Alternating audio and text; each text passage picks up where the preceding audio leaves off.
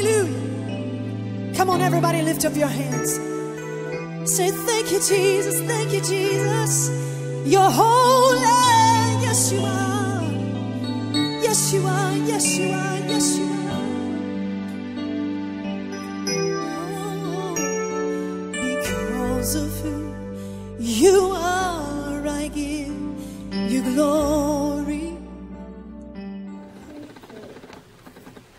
The enemy to trick me into thinking that the one who that God had provided for me to be my partner, to be my helpmate, was my enemy. So I got away from her. I got distant, and we stopped even touching. And when you don't have people in your life, the right people touching you, you find yourself empty. You find yourself longing. You find yourself seeking.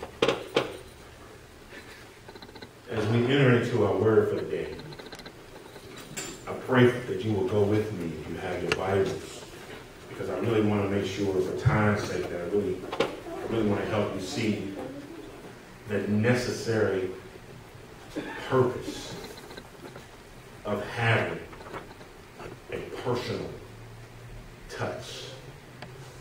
That's the message. If you look at the text, we're going to start in Hebrews chapter 4, verse 15 and 16. Then we're going to go over to Luke chapter 8.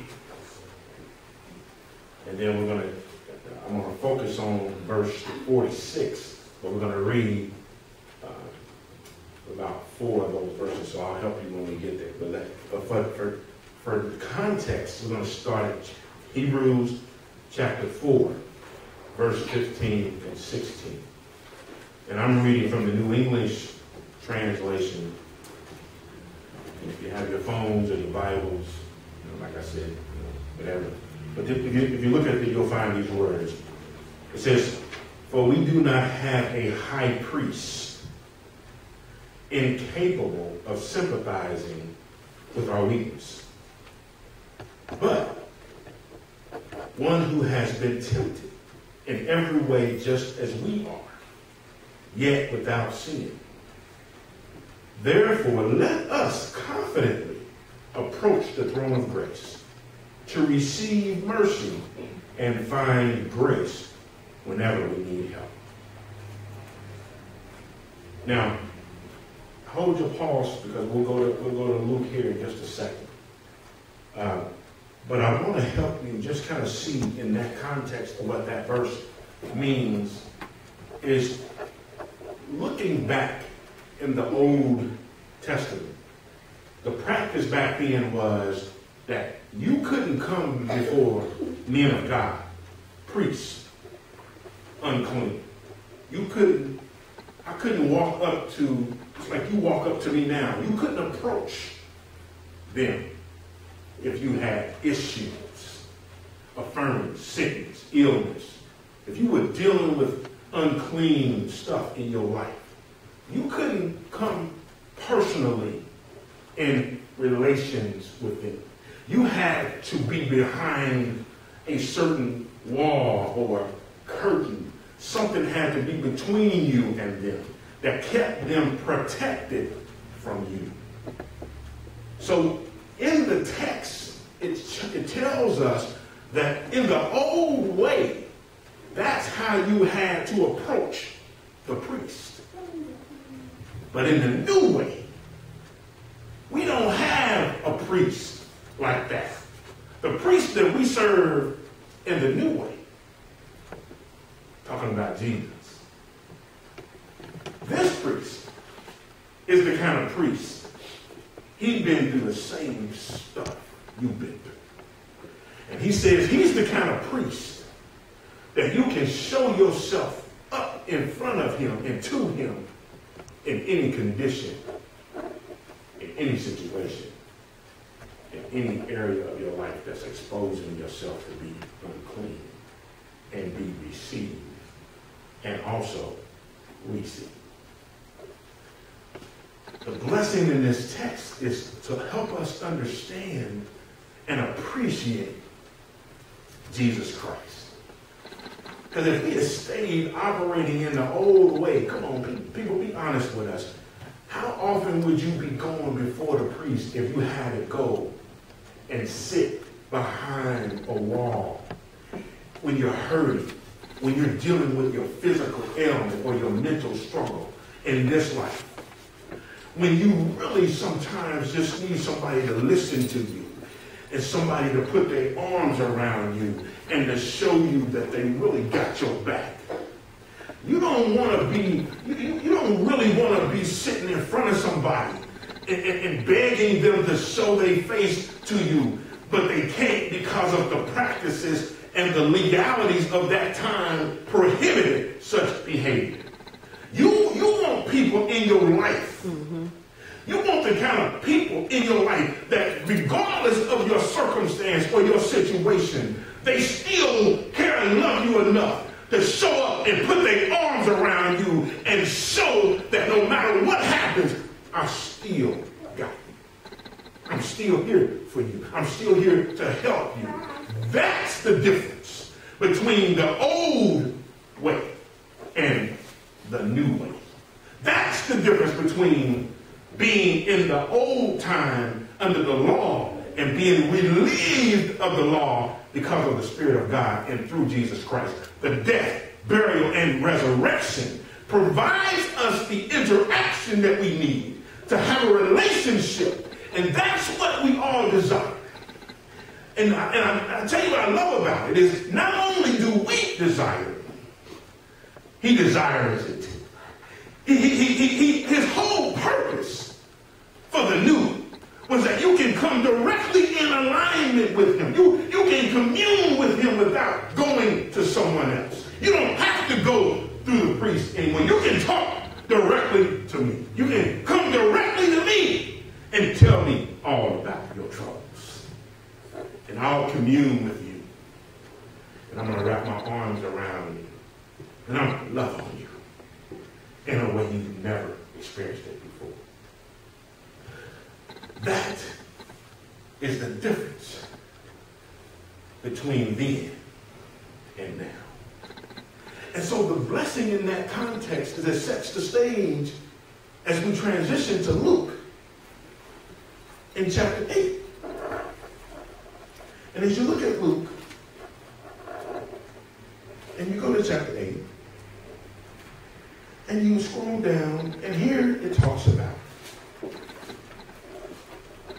a man who we just got through describing as one who has gone through situations similarly to you without failing, without being tempted.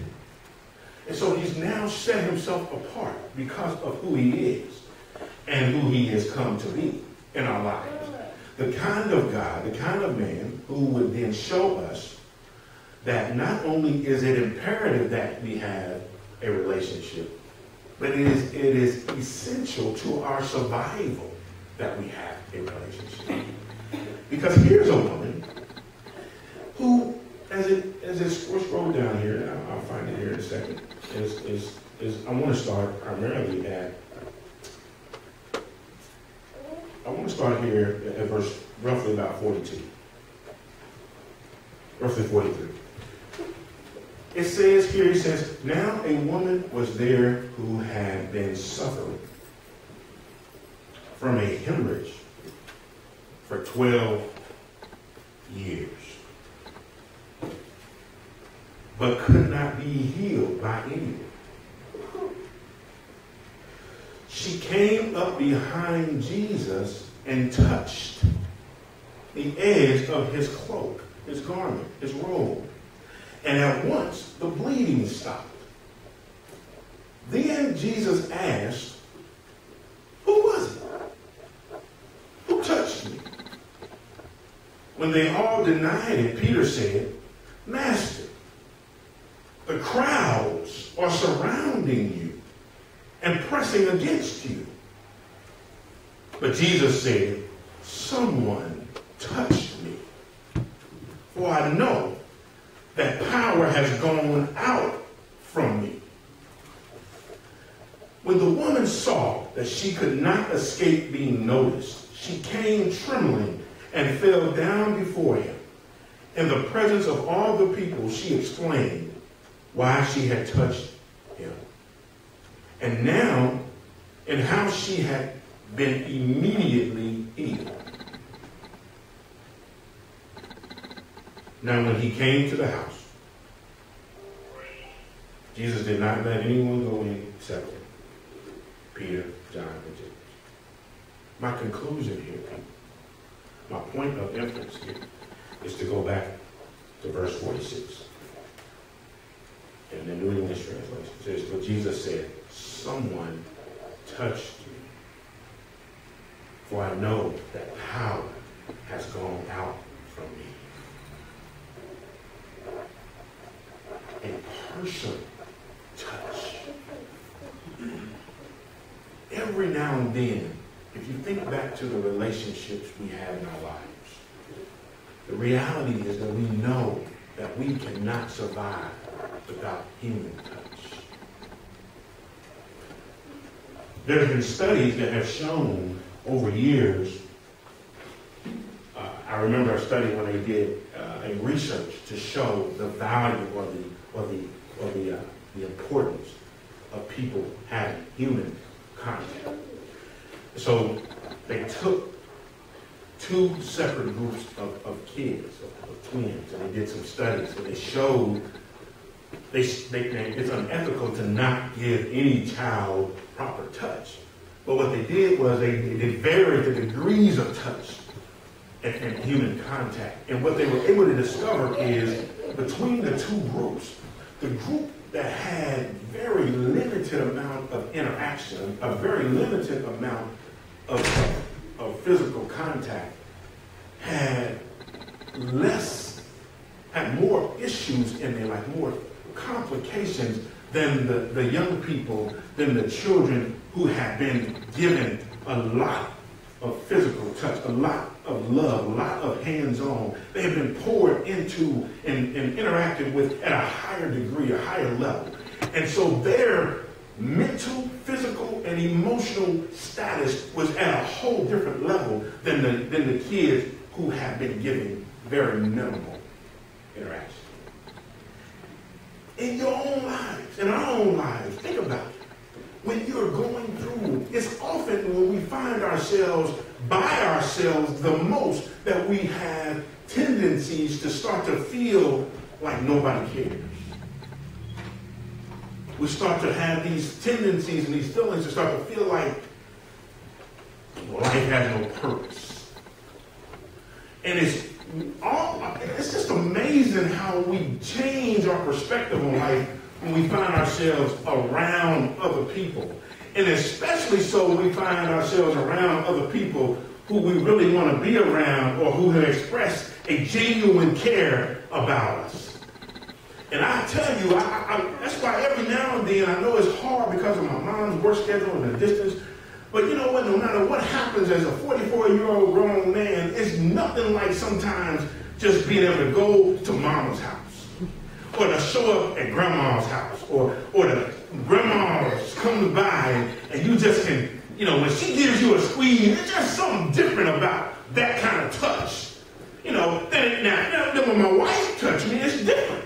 I like her touch, but it ain't like mama's touch.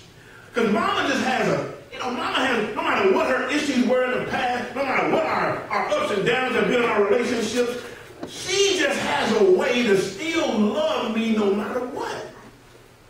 And even all of us, whether it's been an aunt in your life, or an uncle in your life, or a grandma, or a grandfather, whoever it's been, it's just something about that person you can go to and lay your head in the bosom of that person, and they put their arms around you, and just seems to make you feel all right.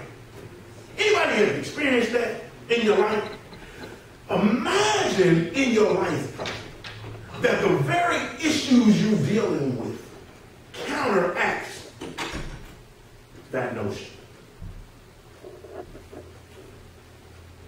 The very issue in your life is now the thing that keeps you from being touched. This woman obviously had been dealing with this issue for more than a few weeks. See, it's one thing when you got something that show up in your life, and the light bill's a little behind. That's just a temporary issue. You know, that'll work itself out in a few weeks or a month.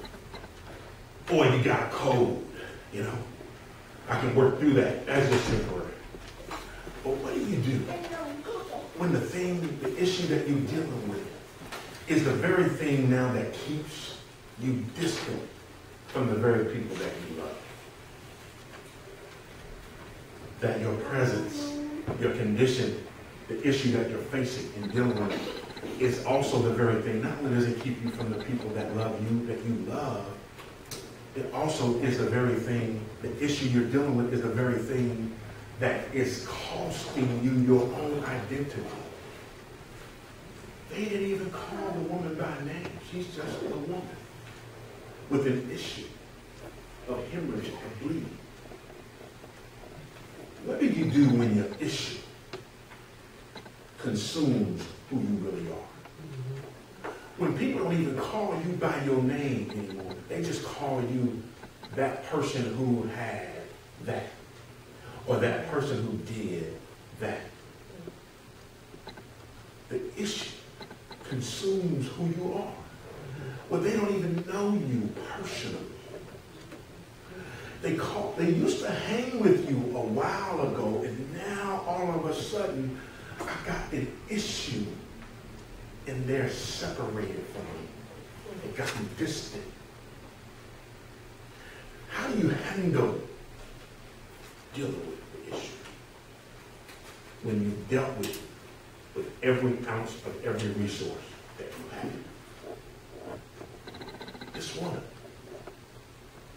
woman had poured everything she had into outside resources. She poured all of her money. She tried every physician she knew how. And it wasn't until she finally got to a place where she heard about Jesus passing through to go see about Jairus' daughter, that she heard about Jesus. Listen, I'm trying to help you. She had the issue. It's obviously she hadn't heard about Jesus because she had already spent everything she had trying to fix it herself. And it wasn't until she tried everything else. She's at the end of her rope. Mm-hmm. She's gotten to a point of desperation. She's gotten to a point where she feels like there's no hope left. And all of a sudden, she has heard about a man who has the power to heal in a manner she's never heard before. You've heard the same things in your life. We've heard the same things in our life. But we have a tendency to still try to fix it ourselves. Mm-hmm. We're still trying to pay our way through. We're still trusting all the other people first. The difference between the woman with the issue and us with our issues is she didn't know about it. But when she found out about it, she didn't hesitate. The challenge I have for you today in dealing with the issues is one, where you are right now, the stuff that you're facing, the things that have got you in a place where you feel like all hope is lost, you feel like giving up. And the things that you've been dealing with in your physical nature, whether it's your health, whether it's your financial situation, I don't know, whether it's your mental issue, maybe it's your emotional status, I don't understand. Maybe it's finding a job, maybe it's relationships. You've been struggling with your marriage or your boyfriend or girlfriend or whomever it is. Whatever that issue is, it's taking all of your focus off of the one who has the authority and the power to fix it. This woman didn't know of such a healing. She had never heard of such a healing. She didn't have the authority. She didn't have the knowledge that you have now. But when she finally got it, she didn't hesitate. Immediately, she said, if I could just get close to somebody like that, I wouldn't know what to do with myself. Because you got to keep in mind, see, we talked about, remember we talked about, he had already shown the power of feeding the 5,000. And she heard about all of the miraculous wonders he had performed in healing and calling people from the dead. And she heard about all of the miraculous walks on water. And she heard about how he fed people with just a little last lunch. She heard about all of those things. And now she's at a point where she's like, I never heard of such healing power. Where is this man? They said he's on his way to Jairus' house. And she said, if I can just get close to him, a personal touch, closeness, and if I can just get close to somebody like that, I don't even have to physically touch him. If I can just touch part of his clothes, I believe I can be healed.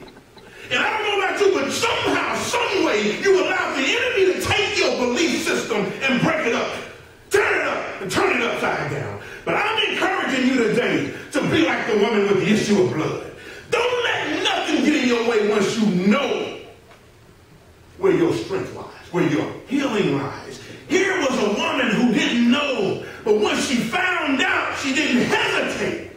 She pressed her way through the crowd. There's always a crowd. There's always a crowd. There's a crowd when everything's going great. There's a crowd when we got extra. There's a crowd when you party. You hit the lottery, there's going to be a crowd. You buying drinks at the club, there's going to be a crowd. Trust me, I know. But when you got an issue, where's the crowd?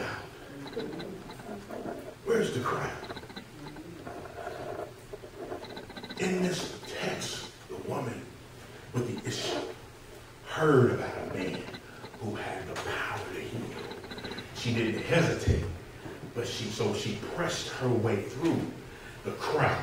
The crowd was around the same man that she had heard about. And they were pressing up against him, trying to get close to.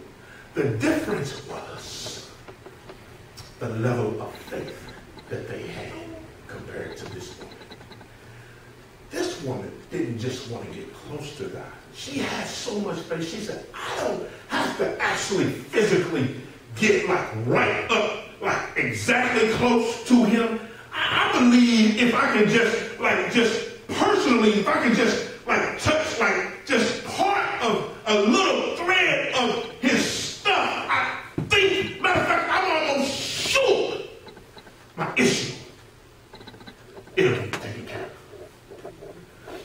But there were other people in the crowd trying to get the same stuff. You don't know nobody like that? They want the same things. Why are they struggling? Why they ain't sitting where you are? Because the level of faith. See, you're here for a reason. That you've taken a step they haven't taken. You trust God to a certain point. But are you willing to take the next step and press your way through the crowd? See, the woman with the issue, she could have gotten, she could have had all of that. Just like you got it. We got it. She could have had all of that. But she could have gotten to the point when she got there, she could have saw the crowd and said, it's too hard. She could have saw the crowd and said, it ain't meant to be. He's busy right now. God, hey, Jesus, if you happen to go back this way, catch me. I'm going to wait over here for you. No. She could have said, well, you know what? I know Sister so-and-so, she's real close to him. And I'm going to tell her and see if she can put a word in for me. No, I'm just being honest with you. No. She said, no. No, she said, no. I got to go, listen, she said, I got to get close. I got to touch, I got to find a way to get close. So the crowd was there, so she said, I'm about to push my way through. I got to get close to him. They said, he's the reason, he's the answer, he's the one who can fix my struggle. He's the one who can take and deal with my issue if I can get close to him. So even though there's a crowd and there's people blocking me, I'm too high.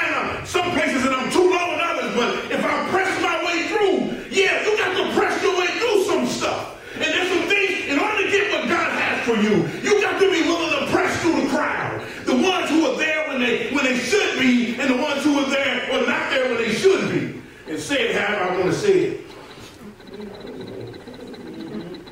The devil, his job is to make you think that the issue is too big.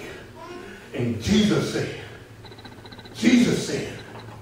if you get close to me, stay in me, I'll fix it. Our challenge is, do we believe him enough? Do we trust him enough to show up regardless, to press our way through regardless? This woman, I love her because her tenacity. Listen, 12 years is a long time to deal with a health issue. And think about the issue during this time. I just shared with you in Hebrew the way they looked at uncleanness. This was a woman who was viewed as unclean. She couldn't go to the priest and sit down with him and have a cup of coffee. She couldn't go and get a hug from her father because everybody looked at her as unclean. You got your stuff is foul. Well, we care about you, but just stay over there.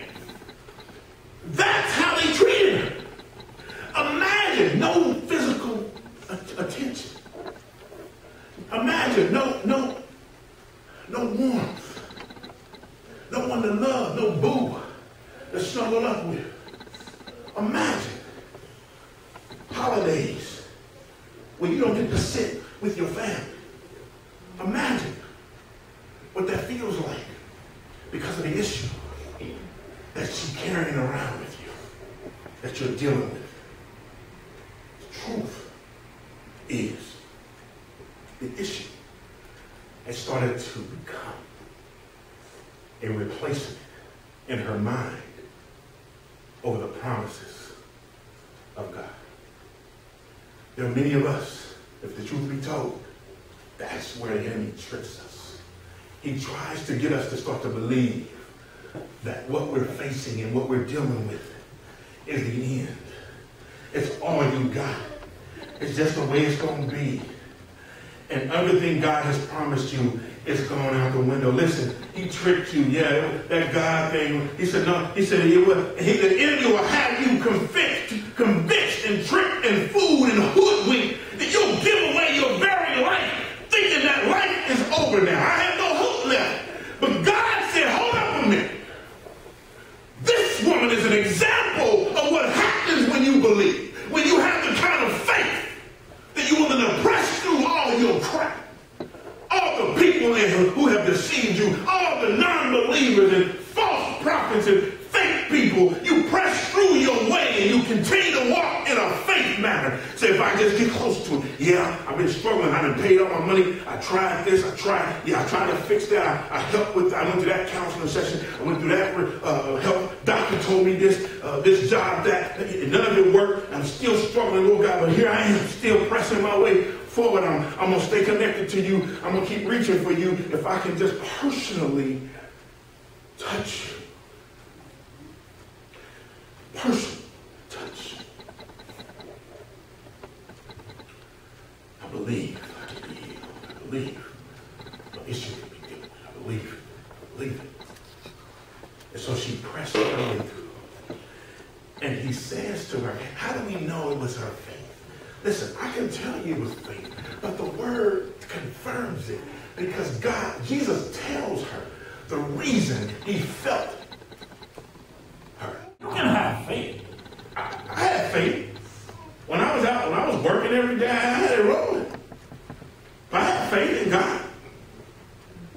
But I had limited faith. Listen, the real truth is, I don't know about y'all. Y'all look at it like I'm going to talk about it. The truth is we all have a tendency to operate with limited faith. We believe God to a certain point. And then we start going, is that sane? Was that real? I mean, can that really happen? And we start to question. That's when doubt enters in, fear enters in, and questions lead to lack of faith. So, this woman, with all her issues, presses her way through. The crowd, the difference, the level of faith. That's how Jesus knows somebody touched you. he asked the question, who touched me? All these people, who touched me? Somebody touched me. Are you operating at a level of faith that he knows, that he'll ask, who touched me? Did he know you exist at that level? That he would question you, question your crowd, question the surroundings that you have? Who touched me? And this is what I love, and I'm going to wrap this up. God loves us so much. He loves us so much that he desires for you to have a relationship with you. And a level of faith that's so high, it's so strong, that nothing will stop you from reaching out. Nothing will stop you from pursuing you. Nothing will stop you. And what this woman finally gets across to us in this text is when that level is reached, regardless of who else is around you, Jesus distinguishes that from others. And the difference was this woman's faith was at such a level. Now, some people can say she got so desperate, and that's okay. Listen, I've been at a place where I've gotten to my low point, and I've been so desperate that I didn't have any other place to reach out to or call on but the name of God. And I tell you what, and even though I had to go through ups and downs and I went through dark places to finally understand what being in the marvelous light really is all about, I thank God for the dark place. Because if it hadn't been for the dark place in my life, I would have never been able to appreciate being in lightness. I would have thought darkness was how it was supposed to be. I walked around in darkness thinking that's just how life was. But God showed me something I had never seen before. And it was in my dark place where he showed up and illuminated the place and lit it up in a way I'd never experienced. And here I am now walking and standing before you, a changed man, not because of my own doing. Because if I'd have had it my way, I'd still be working and walking in a way that was unclean. Because it felt good to my physical body, even though it was an issue that was blocking relationships. It was an issue that was hurting my family. It was an issue that was hurting my health. It was an issue that was causing all of my financial situations to be broken and hurt and stressed. And it wasn't until I pressed my way out of darkness into the light when he revealed to me the changes that needed to take place. This woman touches him. He recognizes that he's being touched. Doesn't know who, but he feels the power going out of him. What kind of God? How much faith can God get from you where he knows and feels something coming out of him when you're praying to him? When you're praying with a level of faith, no, I'm trying to help somebody here today. I'm not looking at clocks and times. I want to help you understand prayers are not being answered because of faith that's in question. Blessings are not being provided because of faith that's in question. Are we truly believers in God that we have a level of faith that when we pray, we believe it's going to come to pass? That's what I'm trying to help us understand. I'm not worried about what the world thinks. The world's job is to create doubt and destruction. That's his job. The enemy and the prince of this world, his whole plan is to destroy us. Is to create enemies for disciples of Christ. To create enemies for you as a partner in Christianity for building God's kingdom. His job is to seek and destroy. But there's one who said, I'm coming your way. I'm coming your way. Yeah, I'm on my way to see about somebody else, but I got time for you. I got time for you. If you believe me, if you trust me, if you believe in me, press your way through. Don't stop. Don't let your issue be so big that it blocks your view of the promises I made to you. And we've allowed God's promises to become extinct in our mind because of the issues we deal with in this world. But he told us from the beginning. He created created what? The world. And the fullness thereof. Everything in it. You have dominion over. Why would we let the stuff of the world capture us when we've been given authority over it? Because we get so caught up in the things that we lose sight of the purpose. God said, I will bless you beyond imagine if you trust me. Seek the kingdom first. Everything else will be added to it. In obedience. This was a woman who had an issue. What's your issue? What's your issue? Because we all have. Have you let your issue get so big that it consumes your identity? People don't even know who you are. Because every time you show up, it's all about your issue. You never talk about the blessings of God. Are we always looking at the glass half empty? That we can't see that it's half full? We're always talking about what we don't have, when we don't give God credit for what we do have. Isn't it time for us to start to act like the woman with the issue? To have the kind of faith that we will press our way to reach a personal touch with the one who has the authority to heal our issues. Will you stand with me? Stand with me. Lord God, we thank you so much. Lord, we thank you for the word that you allowed us to hear today, Lord God. I pray that it was received, Father, by those who you know and needed to be heard by, Lord God. I pray right now that you will continue to give us the strength to deal with the issue, but to trust you, Father, to reach out to you and have a personal touch. Because we know it is through our personal touch with you that you have the authority to heal us where we're broken, heal us where we're hurting, to heal us where we need strength. Now, Father God, we come before you in faith, trusting and believing that you'll do everything that you said you would do. Give us the kind of faith to believe, like the woman with the issue of blood. She tried everything else, and when she heard about you, she tried you. She didn't just try you with a little faith. She tried you with a great faith to a point where you recognized her above the crowd. Thank you, Father. Lord God, we offer this prayer to you. Lord, there may be someone under the sound of my voice that heard the word today, Lord God, that today is the day they decide to give their life to you. Or maybe someone, Lord God, has been a believer, but they've gotten outside of the ark of safety, Lord, that they don't have a church home anymore, but they've decided today is the day they want to step out on faith and show you that they want to reunite with you. So, Lord God, I pray that you will hear their heart, Lord, change their mind, renew in them a great strength, a great faith, that they would trust you, give their life to you. Now, Lord God, I hear, I ask that you hear our prayers. And I just pray you in your Son, Jesus Christ. Amen. Hallelujah. Come on, everybody, lift up your hands. Say, thank you, Jesus. Thank you, Jesus. You're holy.